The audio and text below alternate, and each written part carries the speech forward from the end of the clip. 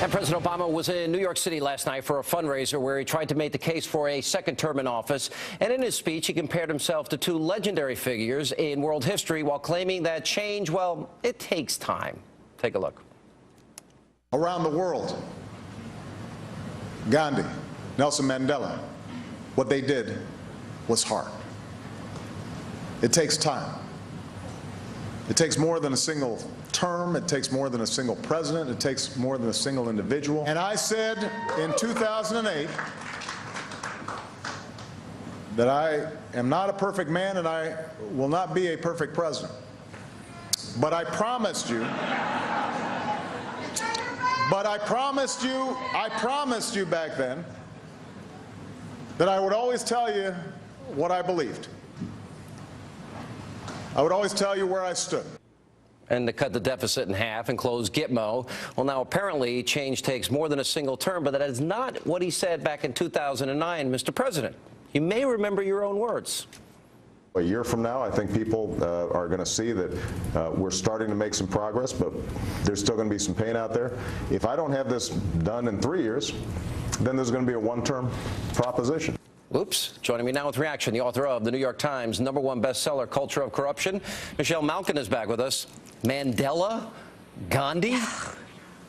Yeah, the audacity of Obama. Is there a world leader, successful world leader, that he hasn't compared himself to over the last 3 years? What was it, last year? The trend was comparing himself to Ronald Reagan, the gall, the audacity.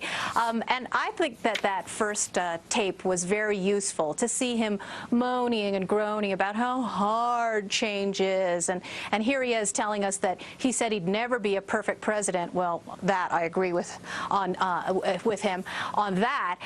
However, I recall during the entire campaign, Obama and his surrogates promising the moon, unicorns and rainbows, world peace, racial harmony. And do you remember one of his big promoters? Right. And all of his sort of rank.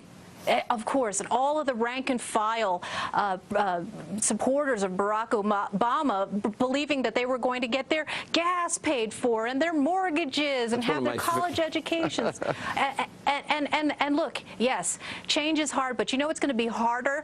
Turning back all of this radical, progressive, transformative wrecking ball that we've been all suffering under the last 3 years. Let me ask you in terms of the narrative. You knew Andrew Breitbart well. You see what the left is writing about him and saying about him. You see that there's a certain mean-spiritedness from the Democrats. It's beyond class warfare. Republicans want dirty air and water, all the things that I highlight. And you see, for example, that they only get outraged over things that benefit them politically. You know, not things that Bill Maher, big donor to the president, $1 million to a super PAC, has said, as I pointed out earlier, some of the most offensive things. How far will they go, and how far does the media go along with them, and how successful will they be at it? Well, it's no coincidence that by any means necessary is the way that the far left has always fought. I've been in this business for more than 20 years, and Andrew Breitbart was one of a kind. And although he is gone, and I said this after we got the terrible news, his legacy is built to last. Online, he has inspired an entire generation of young activists and citizen journalists out there. And I think one of his most powerful legacies, of course, has been fearlessly fighting back against all of these poisonous leftist memes. Primarily among them, of course, the thrust of the left to try and delegitimize and criminalize conservative dissent and conservative ideology by painting us as racist, as sexist, as the most hate-filled on the planet, when all we need to do, and I've been doing this for as long as I've been in public life, is hold up a mirror to the very intolerant, violent let me ask you this. We hit this in the opening block of the show tonight. Is President now, he's out there, you know, lecturing everybody on language. The left is attacking viciously Andrew Breitbart. But yet, the president's PAC took $1 million from Bill Maher. And I played this earlier. Let me play it again, and I want to get your thoughts. Should the president ask his PAC to return this money?